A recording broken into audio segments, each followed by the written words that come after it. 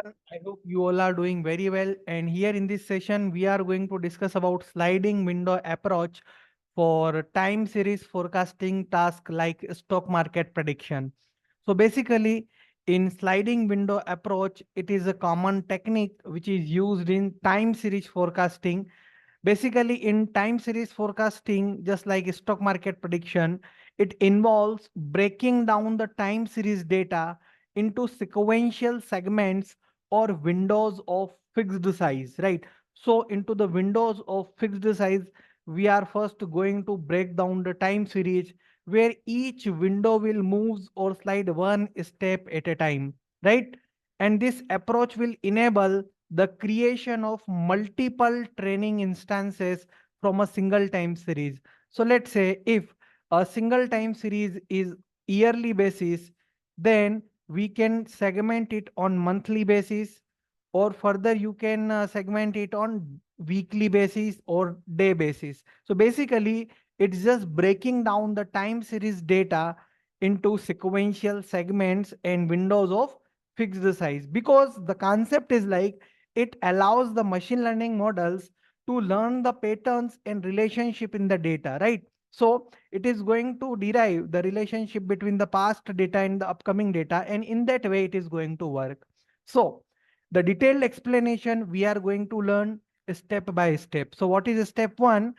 First is time series data preparation. So we need to start gather historical stock market data. For that, we can use some financial websites like yahoo.com or Yahoo Finance, right? And typically it is represented as time series where each data point corresponds to a specific time. For example, daily closing price of a stock or weekly or monthly, right? It thereafter we need to define the size of sliding window, that is window length, and the step size, that is how many data points the window moves forward each time, right? Now the step two is segmentation into windows.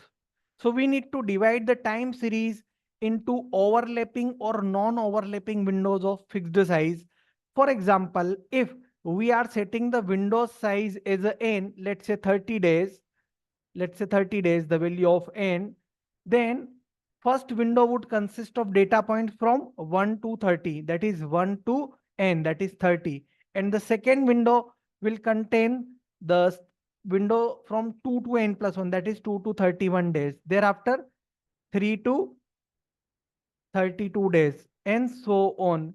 This is how sliding window segmentation will be done. And the step size determines how much window shifts forward between consecutive segments. So here, each move is going to take 1 day gap, means the step size is 1 day.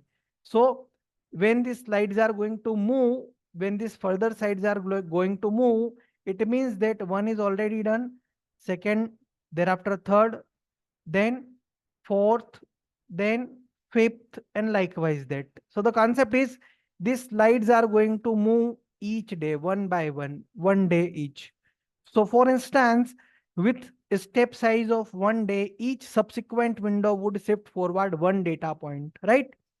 Now, step three is feature extraction. So for each window, we need to extract relevant features that is going to be used for prediction.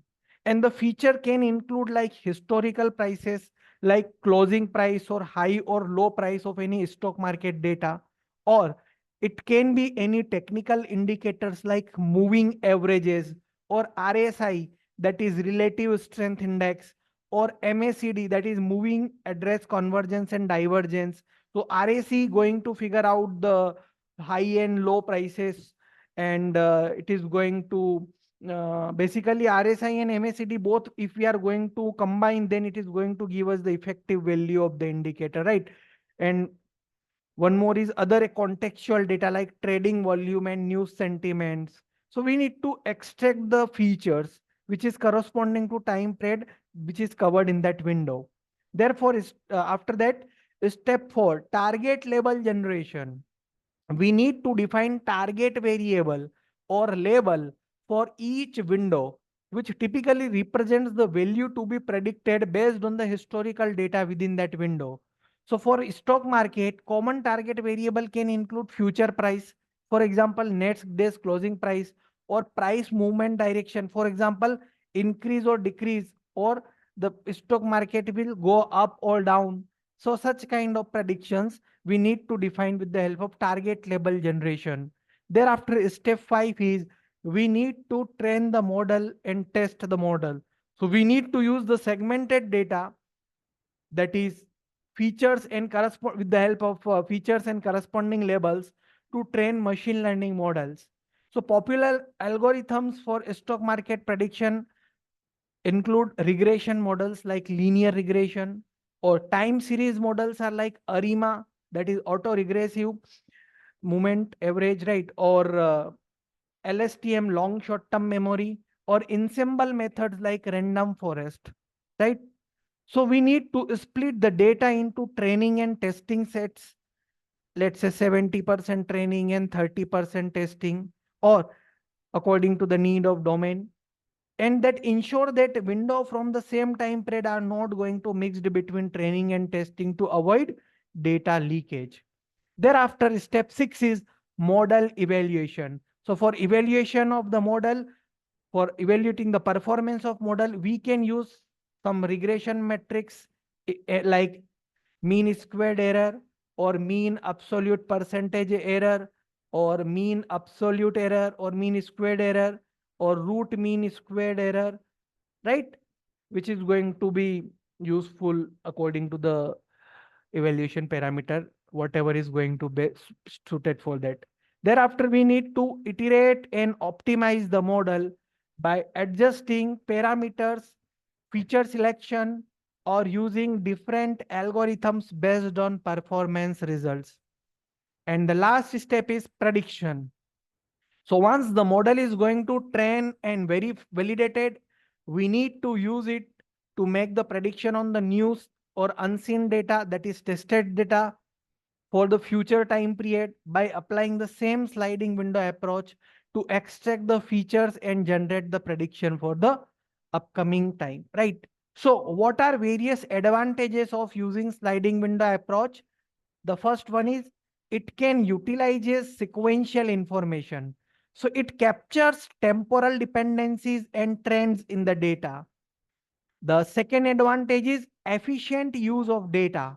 It maximizes the use of available historical data by generating multiple training instances. And one more factor is flexibility. It can accommodate different window sizes and step sizes depending on the prediction horizon and desired level of granularity. So these are some of the advantages of sliding window protocol, sliding window approach in time series forecasting. Now, there are some challenges also associated with sliding window approach. That the first one is overlap management. So handling overlapping windows require careful management to avoid data redundancy or leakage. Other one is feature selection. Choosing relevant feature and indicators that capture meaningful pattern in the data is also one of the key challenge here. And the model complexity. Balancing model complexity with interpretability and generalization ability, especially in noisy or volatile market condition. These are some of the key challenges in sliding window approach. So what conclusion or summary we can make? That the sliding window approach is a powerful technique for time series forecasting in stock market prediction, enabling the extraction of informative features and training of predictive models using sequential data segments. By leveraging historical patterns or the past pattern and market indicators like RSI within sliding windows, this approach can facilitate robust and accurate predictions of future market behavior, right? So this is about sliding window approach that we have discussed in briefly. So I hope that this session is definitely going to helpful for increasing your knowledge for the perspective of doing some kind of research in the same field. Some links are mentioned in the description section as well. You can connect with me here, and you can just ask your doubts, as well as you can put your queries in the comment section as well. Please subscribe the channel, Like the video and share it among your colleagues so that each and everyone can learn together. Have a very nice day, guys. Jai Hind, Jai Bharat.